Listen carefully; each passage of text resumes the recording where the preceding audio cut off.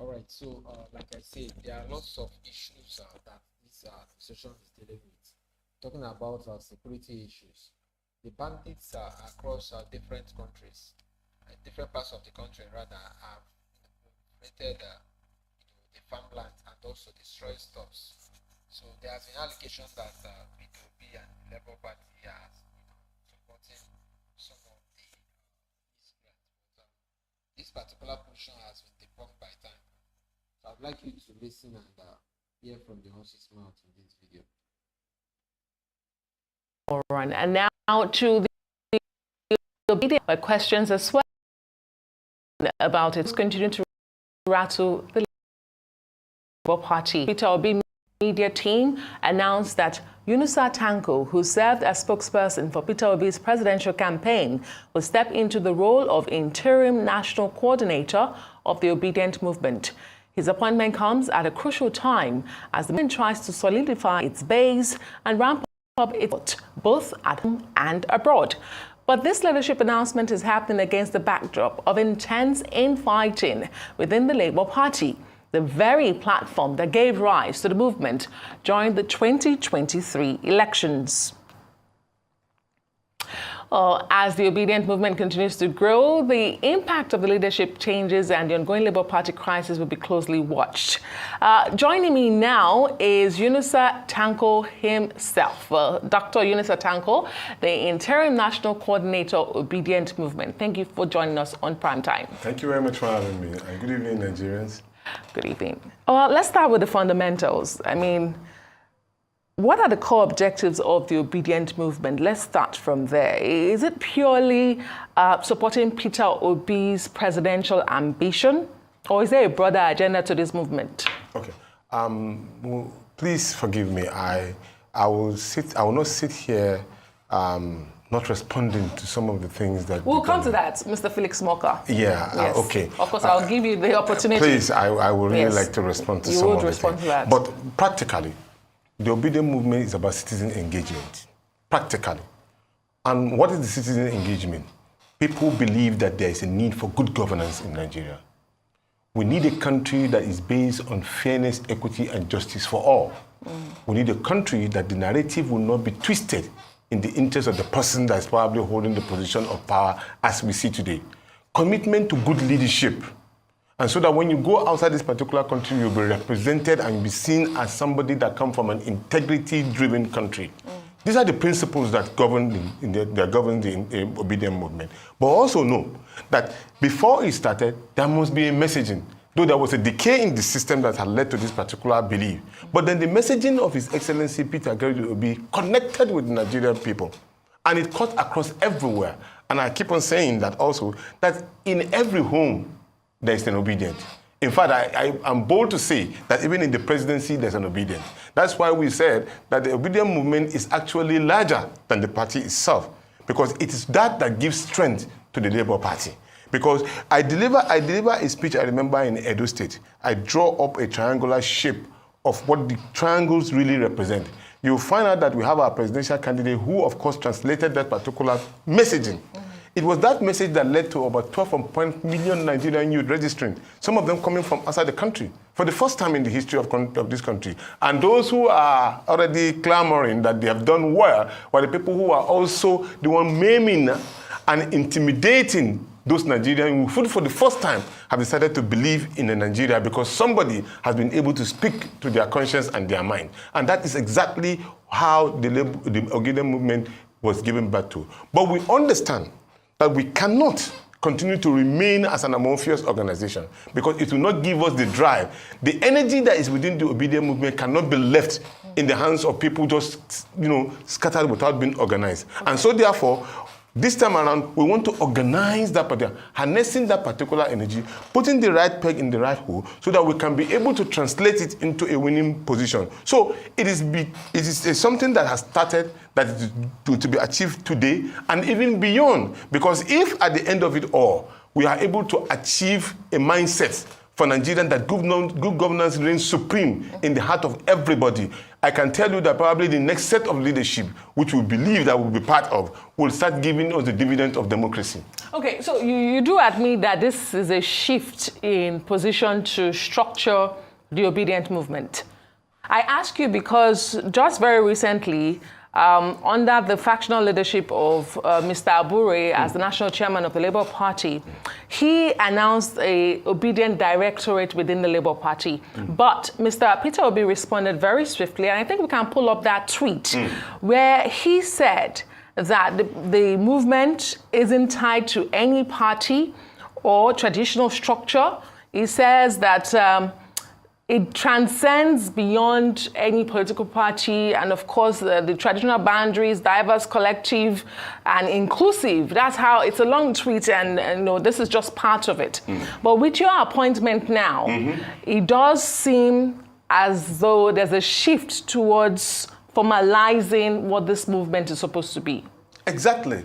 Because when that announcement was made as regard to it being a directorate under the Labour Party, it belittles the obedient movement. It shows the weakness that probably it is small as just a directorate inside the Labour Party. And besides, it's against the constitution of the Labour Party. It doesn't have that kind of capacity to say you are building up a directorate of a movement of name of something. It is not. You can only have a directorate of mobilization. The constitution is very, very clear. So, but then you now give it a nomenclature, and that's completely wrong. So, but we know that that particular nomenclature is bigger than the whole of the party itself. So what's the relationship between the obedient movement and the Labour Party at the moment? Good. The relationship is what we say that the obedient movement kindly gives strength to the Labour Party.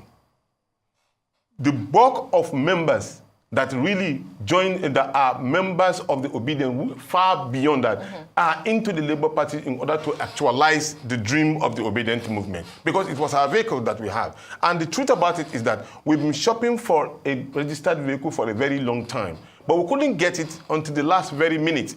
And then eventually when we got it, we have to encourage most of the people who believe in that particular messaging to join the Labour Party so that we can be able to actualize what we believe in. Because at least in Nigeria as of today, if you don't belong to a political party, you cannot contest election. We don't have independent entities. Exactly. So is the obedient movement open to collaborating with other movements, for example, the Kwankwasia movement and other political parties? How is this a bargaining chip for Mr. Peter Obi, should he decide to leave the Labour Party ahead of the 2027 presidential elections or general elections? Anybody that believes in good governance, anybody that believes that Nigeria can be a united country that will devoid of you thinking about your tribe, religion, or where you come from, as against quality of life and protecting of the sanctity of the Constitution of the Federal Republic of Nigeria as enshrined in Chapter 2 of the Constitution of the Federal Republic of Nigeria, is very, very much welcome to collaborate with the obedient movement.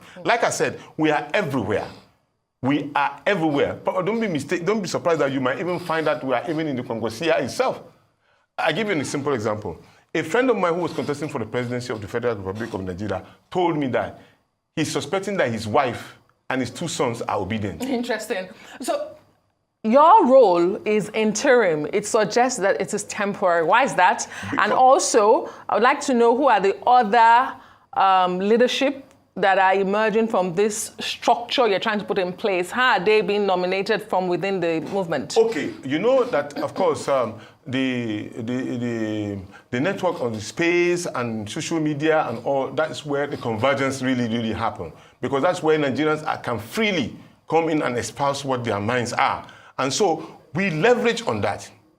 We leverage on that as a connecting point. Then, as regard to my interim position, it is interim because we needed to build the structure to a particular time so that when it will now be more democratically more arranged. But even before I emerged, it went through a semi-cosal kind of democracy. So it wasn't as if somebody said, this is the person. You're not being imposed. Yeah, it's not being imposed to anybody at all. But it was really, really published within the system and all. But 169 people did their survey and all before they come up with nomination. And I'm very proud to say that the time in which the nomination came, 9 or 10 persons who even nominated me straight. There was no any objection. But of course, in a democratic system, you cannot say you are 100% pure. There must be some dissenting voice, but the popular voice overshadows even the dissenting voice. Indeed.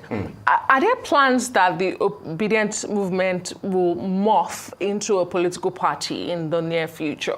Is that the plan here? Well, let me give you an example of the PDM. The PDM was an organization like a movement too in that similar regard, but it was done by the former Chief of Staff, Musa Yar'Adua in particular. The idea was to have a collective belief and a set of belief that everybody within that circle believe in. So you move those particulars to anywhere you want to go. In case if you go into a Labour Party or any political party whatsoever, you should be able to exemplify and espouse that you believe in within the circle and change even the negative narrative that is therein. So the target is that we want to know how many we are. We want to know our capacity to speak to issue. We want to know how we can change the narrative. In civil society, there's a word we use to believe and say, stop antagonizing, be more organizing. So there's a lot of accusation at that time that came in that we are not structured, we are just being stubborn, we just accuse them. Okay, we're taking your advice. Now we are structuring ourselves. We want to know the kind of person that you are, even if you belong to us. Then we will be able to say, this is one of us, and he's going to champion our cause. So therefore, most of the candidates that we may have in the future may come from the obedient movement to give ownership, and so that you can't go into a river when you know you can't swim. So you must prepare to know how to drown. So that you get drowned. So in this case, what we are trying to do is that ensure that we have all of our propellers ready, we all have our engine, all of them ready, so that when it's time to fly, we fly with a lot of determination and consensiveness. Indeed. So you talked about antagonizing and providing solutions, rather. So I want you to respond to what Mr. Felix Smoker said, because he did say your leader, Peter Obi, is dubious intellectually when he responds to the issues of the day in criticizing the government of the day. Of course, you listened to him. You heard what he had to say. I did, and it's very, very appalling and unbelievable. We're all Nigerians. I'm sure, even in his own home, you know how much a bag of rice costs. Was Peter Obi the one that made that particular prices? Obviously not. We also know that how can you, as a government, say you increase the salary of the civil servant, the next few days, which the money up to now has not reached the pocket of the civil servant. It hasn't been paid. Who is lying? Who on this earth is lying? Mr. Peter Obi, or they are the one lying? They are the one deceiving the people and manipulating the thing. Look, I'm just coming from Benin, from Delta State. The road from Benin, out of Benin, on your way to Enugu or any of the eastern states, is still as dangerously bad. But yet you are budgeting money. You want to build a road from Calabar to Lagos. Not that there's something wrong with it, but the fact is that the priority at the moment? Obviously no. Some few days ago, Nigerians were being killed like chickens in Zamfara State, Katsina and the rest of them. Was it statement made, or was it Peter Obi that was the banditry that went into Zamfara bush? Obviously no. And these are things that even the bandits are coming out to say that it is the government that is sponsoring them. They didn't say any other person. Now, you're talking about the school fees of Nigerians.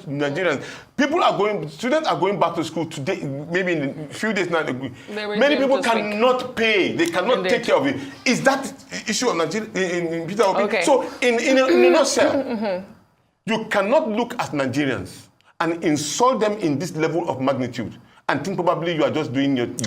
It's completely unacceptable. Indeed. Dr. Tanko Yunusa is the interim coordinator of the Obedient Movement. Is that national or international? National worldwide. National worldwide. Thank you so much. We wish you the best in the new role. We'll be watching the space to see what happens. Yes, more leaders will emerge as we go on.